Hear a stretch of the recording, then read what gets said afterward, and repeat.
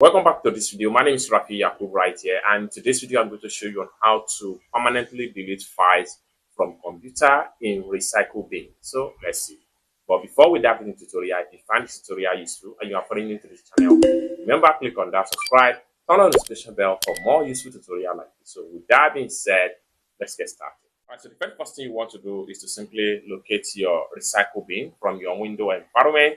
So I'm going to simply click on here. Here's my recycle bin. So I'm going to double click on it and your recycle bin is going to open up like so. Now, let's say you want to delete permanently any file from your recycle bin. What you need to do is select on the file. So I'm going to select this particular video right here. Having select on the file, right click on it and you see different options right here. Then next thing you need to do is to simply hit on delete.